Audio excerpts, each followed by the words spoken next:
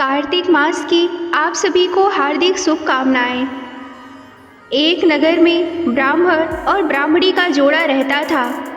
वे दोनों बहुत धार्मिक थे और कार्तिक मास में प्रतिदिन सूर्योदय से पूर्व पवित्र नदी गंगा में स्नान करने को जाते थे।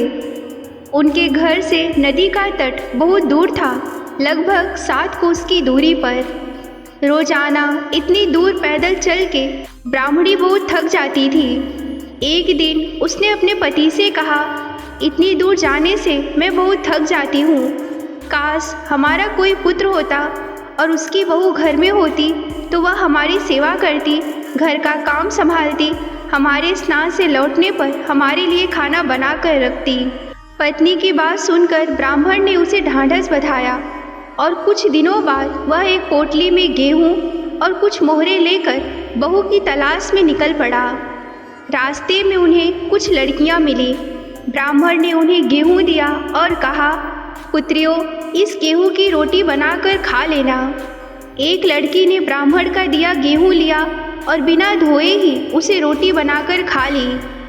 दूसरी लड़की ने गेहूँ लिया, उसे धोकर सुखाया, फिर उसकी रोटी बनाकर खा ली। तीसरी लड़की ने गेहूँ लिया लेकिन सोचा यह तो कहीं से आया है, इसीलिए उसने उस गेहूँ को कोठे में रख दिया और अपने घर का आटा लेकर रोटी बनाया। ब्राह्मण ने उन लड़कियों के कर्मों को देखा। जब वह लौटकर घर आए तो अपनी पत्नी से सारा वृत्तांत सुनाया। ब्राह्मणी ने कहा, जिस लड़की ने गेहूँ को कोठे में रखा वही उनके लिए सबसे अच्छी बहू हो सकती है। ब्राह्मण ने जाकर उस तीसरी लड़की से बात की, उसे अपनी घर का बहू बनाकर ले आए। बहू बहुत ही नम्र थी। जब सास ससुर रोज सुबह स्नान के लिए जाते तो वह घर का पूरा काम निपटा कर, खाना बनाकर, सास ससुर के कपड़े धोकर तैयार रखती थी। वह रात को उनके हाथ पांव भी दबाती थी। बहू ने अपनी सास ससुर की सेवा में कोई कमी नहीं रखा, लेकिन कार्तिक स्नान करने वो नहीं जा पाती थी। इस पर उसे दुख होता था। एक बार सास स्नान कर रही थी, तभी उनके हाथ से एक कीमती अंगूठी गंगा जल में गिर गई। सास को यह चिंता सताने लगी कि अंगूठी गुम हो गई है और घर की अलमारी भी खुला छोड़ आई हूँ, कहीं बहू गहने ना चुरा ले। उसी समय बहू घर में रहकर श्रद्धापूर्वक गंगा मैया का ध्यान करती और सच्चे मन से कार्तिक मास की पुण्य की कामना करती। जब सास ससुर स्नान करके घर लौटे तो बहू ने उनके चरणों को दबाते हुए उनकी गुम हुई अंगूठी निकालकर उनके हाथ में रख दी।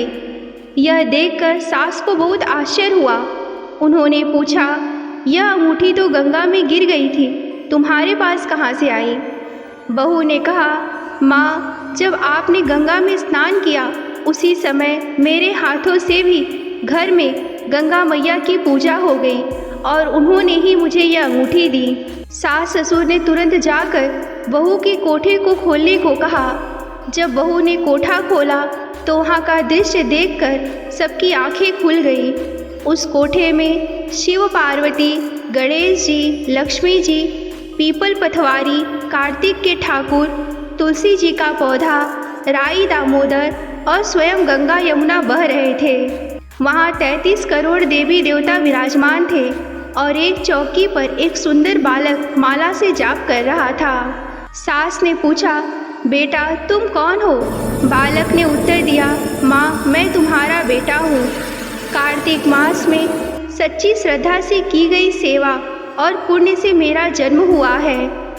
कथा के अनुसार बहू की सच्ची श्रद्धा और सेवा के कारण उसे कार्तिक देव की कृपा से पुत्र और अटूट पुण्य की प्राप्ति हुई।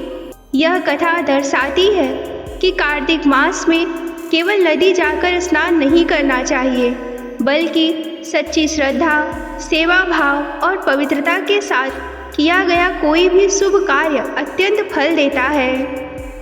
कार्तिक स्नान का महत्व बहुत ही बड़ा है। स्कंद पुराण के अनुसार कार्तिक मास में किया गया स्नान व्रत भगवान विष्णु की पूजा के समान माना जाता है।